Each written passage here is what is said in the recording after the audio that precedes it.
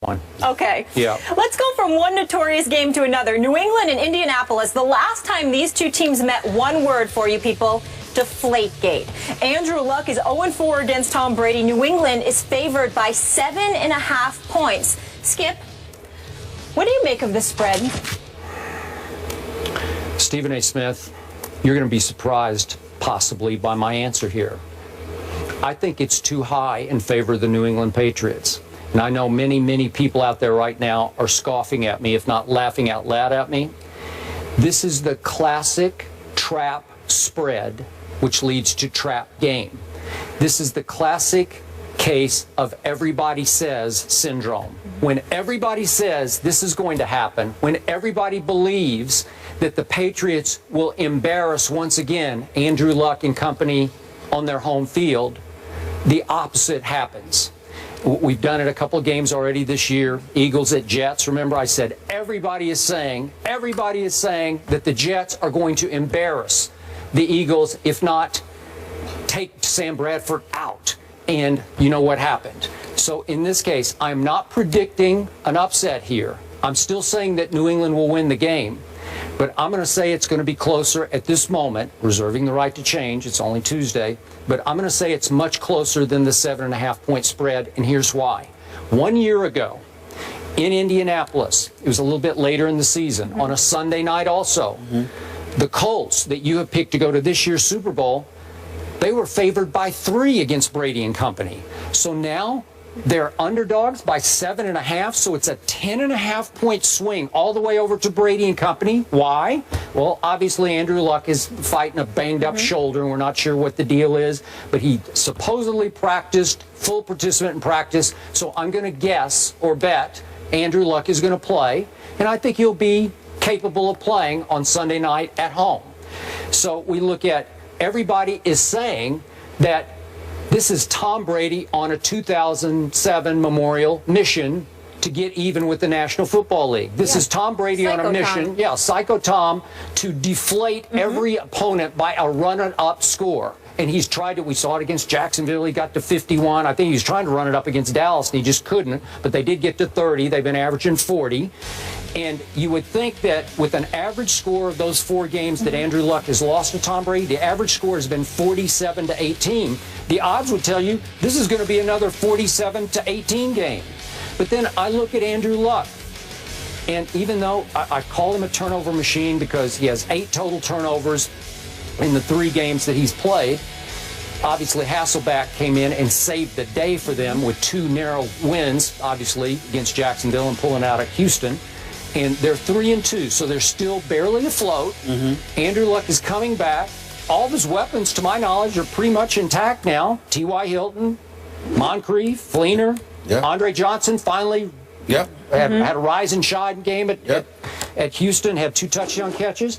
The defense is okay. It's not terrible. They're tied for 18th in points allowed, so they're not like the worst defense. They're just kind of a middle-of-the-pack defense. Right. And, again, it's a team that a whole lot of people other than you like to get to the Super Bowl. So I'm saying 7.5 point favorites are the Patriots on the road at Indy just because of past history and what we think Tom Brady is doing to the NFL. It's just too many. The Colts are still too good. They're still a pretty good football team with an occasionally very good quarterback who just hasn't cleaned up his act yet. Well, you know what? I appreciate your sincerity. This beautiful Academy Award-winning performance that you're putting forth. It's a beautiful thing to see. It's extremely convincing. I will appreciate. And 100% authentic. I don't appreciate the fact that you did not inform me when you went to Hollywood to take acting classes, because this is a beautiful, beautiful thing to see here. You're trying to act like you are actually concerned, that you actually really believe the game is going to be close, when you and your heart of hearts have been waiting for this game for months, because you primarily blamed the Indianapolis Colts along with Roger Goodell for all the things that transpired. But suddenly, as the game approaches, this is the classic game, Stephen. No, it is a beautiful. I know this man. It is a beautiful, beautiful acting performance because, well, whatever. This is what the guy is doing. Skip is sitting back and he's saying, we're going to get him. We're going to get him. You know, how dare they do this to us? They tried to sit there and take the season away from Tom Brady. Go Go get them. Make them pay. That's what Skip Bayless is doing. But on national TV in front of everybody, he has to give the impression, I'm very, very concerned. I think this game is going to be far closer than anybody thinks. Don't you all be fooled. So then when New England blows them out Monday, hey, I said it was going to be close, but in my heart of hearts, I knew that Tom Brady was going to make them pay. That's all Skip's doing here. Don't even fall for it. Here's the deal. 7.5-point favorite, Skip Bayless. 7.5-point favorite, Skip. I got news for you. That's not a blowout. You trying to tell me it's not conceivable that the New England Patriots can win 28-20? They'd still cover. So I don't think it's too large of a number at all. That's not a blowout to me. So when you've got a 7.5, if you're 7.5-point favorites, I don't consider that to be that big of a deal, because I think that's something that New England can and will easily cover. Now, do I think that it will be a blowout? Here's the only reason why I will subscribe to your phony position, which is authentic on my part. The fact that you've got a Frank Gore averaging, the fact that you have a Frank Gore averaging 4.3 yards a carry. That's pretty good. And he's very experienced, and he's got a lot of guts. Okay. And you're going up against a New England defense. Yeah, you understand that you can run on them. Sure. You can run on them. So that's an issue. So that's an issue in Indianapolis' favor. Keep going. When I look at the Indianapolis Colts wide receivers, it's T.Y. Hill averaging 10 receptions a game. It's Dante Moncrief averaging more than 7 receptions a game. It's Andre Johnson, even though he just had 7 of his 27 receptions last week against Houston. He's got 27. You've got Fleener. He's got it. Who's Andrew Luck's favorite? Kobe Fleener from Stanford. Right. All I'm saying to you is that I can understand anyone who makes the argument that it's going to be close. Here's why I think the Patriots are going to win by a minimum of 14 points. A minimum of 14 points. I'm looking at it from this perspective. It's not about the existence of Deflategate, the fact that it happened. It's not even about the fact that the Colts were the quote-unquote rats, to use your word. Or we can call them whistleblowers. Whistleblowers, whatever. Yep. What I like rats. What really resonates with me is the reality that that's all anybody's going to be talking about this week leading up to the game. It's one thing if it was the past and you're just talking about a football game, but the fact that everyone is going to be talking about this, and that's all they're going to be talking about leading into Sunday's game, that to me is when Tom Brady is at his greatest. That to me is when, now if you talk about Tom Brady, well, your team is a juggernaut and you're the #1 passing offense in the NFL, and you're going to do this and you're going to do that. That's entirely different. You can get to Tom Brady then. But when you annoy him because you have villainized him all week long, and you are the primary target, you are the cause of this, you are the instigator of this, and he has an opportunity to go up against you, it's another ball game. Perfect example, Skip Bayless. It's not a perfect example, but I'm just going to crystallize it. You remember how you keep pointing out what Tom Brady did to that cornerback from the Steelers years ago when he was chirping about Tom Brady? Smith, right?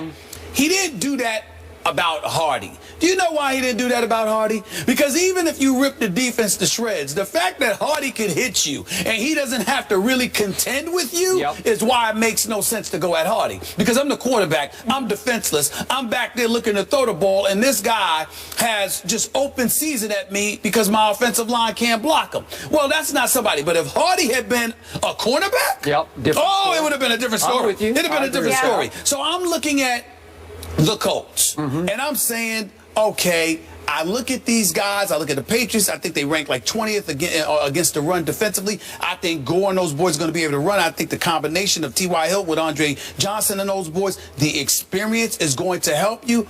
But ultimately, in the end, you have a Colts defense that I don't believe is going to have an answer for what the Patriots are going to throw at them, while the Patriots defense is opportunistic, fully capable of making plays at the most opportune times, and I think the combination of those two things will have the game close for a little while, but I think ultimately they pull away, and I think the Patriots are going to win this game along the lines of 40-21. 40-21 by 19 points. But that's what I'm predicting, but I'm saying it's a minimum of 14. I'm having a hard time here.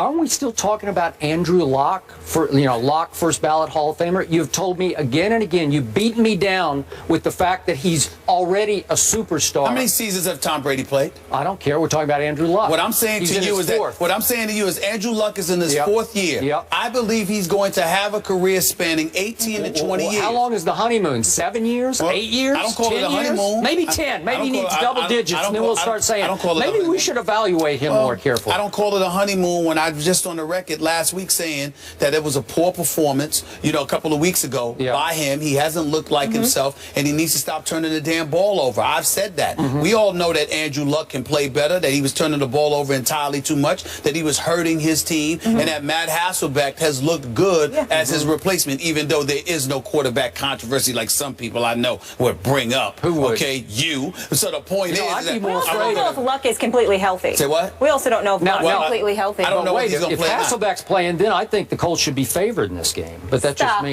Go ahead. Keep talking. You know what?